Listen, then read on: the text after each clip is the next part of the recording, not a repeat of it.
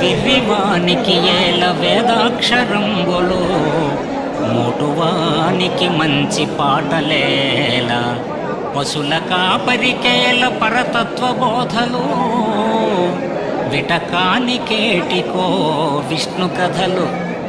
వదరు సుంఠలకేల వ్రాత పుస్తకములు, తెలుగు ద్రెమ్మరికేల దేవ పూజ, ద్రవ్యలోభికి ఏల దాతృత్వ గుణములు, దొంగ బంటుకు మంచి సంగతేల, క్రూర జనులకు నీ మీద కోరికేల,